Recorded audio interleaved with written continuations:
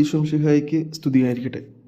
തപസ്സുകാലം നമ്മൾ ധ്യാനിക്കുന്നത് വിശുദ്ധ യോഹന്നാൻ്റെ വിശുദ്ധ സുവിശേഷം 8-ാം അധ്യായം 21 മുതൽ 30 വരെയുള്ള വാക്യങ്ങളാണ്.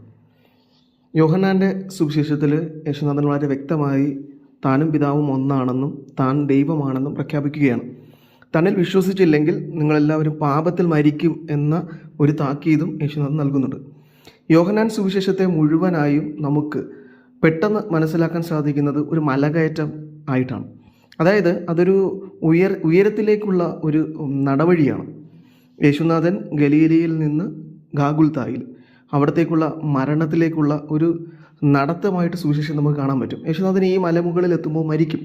അപ്പോൾ ഇവിടെ യേശുനാഥൻ അതിനെക്കുറിച്ച് പറയുന്നുണ്ട്. ഞാൻ ഉയർത്തപ്പെടുമ്പോൾ നിങ്ങൾക്ക് മനസ്സിലാവും. ഈ ഉയർത്തപ്പെടും എന്ന് പറയുന്നത് ഈ മലമുകളിൽ വെച്ച് അവിടുന്ന് കുരിശിലേറി മരിക്കുന്നതിനെക്കുറിച്ചാണ്. ഈ ഉയർത്തപ്പെടും എന്നതിന് പഴയ നിയമമായ ഒരു ബന്ധമുണ്ട്. മോശ ഈ പിത്തള സർപ്പത്തെ ഉയർത്തിയതുപോലെ യേശുനാഥനും ഉയർത്തപ്പെടും.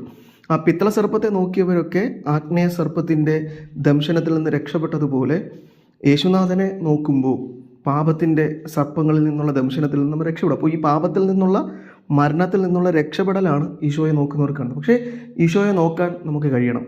അപ്പോൾ എന്താണ് അതിന് നമുക്ക് കഴിയാത്തത്? അതിൻ്റെ കാരണം യേശുനാഥൻ വ്യക്തമായി പറയുന്നുണ്ട്. നിങ്ങൾ താഴെ നിന്നുള്ളവരാണ്, ഞാൻ മുകളിൽ നിന്നുള്ളവൻ. അപ്പോൾ ഈ മുകളിലേക്ക് യേശുനാഥൻ ആയിരിക്കുന്ന ഇടത്തിലേക്കുള്ള ഒരു യാത്രയാണ് ഈ തപസ്സുകാലം. എൻ്റെ പാപവഴികളൊക്കെ ഉപേക്ഷിച്ചുകൊണ്ട് ഞാൻ ഈ താഴ്ചയിൽ നിന്ന്, പാപത്തിൻ്റെ പടുകുഴിയിൽ നിന്ന് യേശുവാകുന്ന ഉയർപ്പിൻ്റെ ഉന്നതിയിലേക്ക് ഞാൻ നടന്നു കയറുകയാണ്.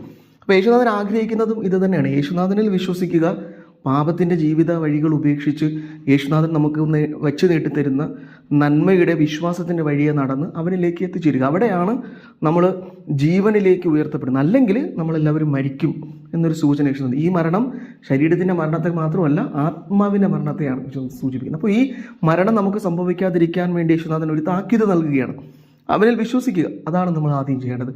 അവനിൽ വിശ്വസിക്കുക എന്നാൽ അവൻ ജീവിച്ചതുപോലെ ജീവിക്കുക എന്നതാണ്. യേശുനാഥൻ വളരെ വ്യക്തമായി പറയുന്നൊരു കാര്യമുണ്ട്. ഞാനും പിതാവ് ഒന്നാണ്. ഞാൻ പിതാവിൻ്റെ ഇഷ്ടം നിറവേറ്റുന്നത് കൊണ്ട് പിതാവ് എൻ്റെ കൂടെ എപ്പോഴും ഉണ്ട്, ഞാൻ ഒറ്റയ്ക്കല്ല. അപ്പോൾ നമ്മളും ഒറ്റയ്ക്കല്ല, യേശുനാഥൻ നമ്മുടെ കൂടെയുണ്ട്. പക്ഷേ അവൻ്റെ ആഗ്രഹത്തിനൊത്ത് ജീവിക്കുന്ന മനുഷ്യരെ തീരുമ്പോഴാണ് അവൻ നമ്മളോട് കൂടെ എപ്പോഴും ഒന്നായിരിക്കുന്നത്. അപ്പോൾ ഈ ഒന്നുചേരലാണ് ഈ ഉന്നതിയിലേക്ക് നമ്മളെ എത്തിച്ചേർക്കുന്നത്. ഉന്നതി ഉയർപ്പിൻ്റെ അടയാളമാണ്.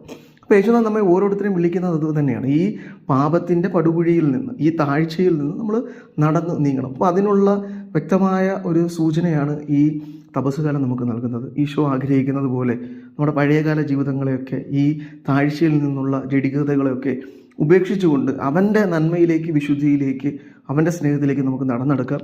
അതിനുള്ള കൃപയ്ക്ക് വേണ്ടി നമുക്ക് പ്രാർത്ഥിക്കാം. യേശുനാഥൻ നമ്മെ സഹായിക്കട്ടെ. ആമേൻ.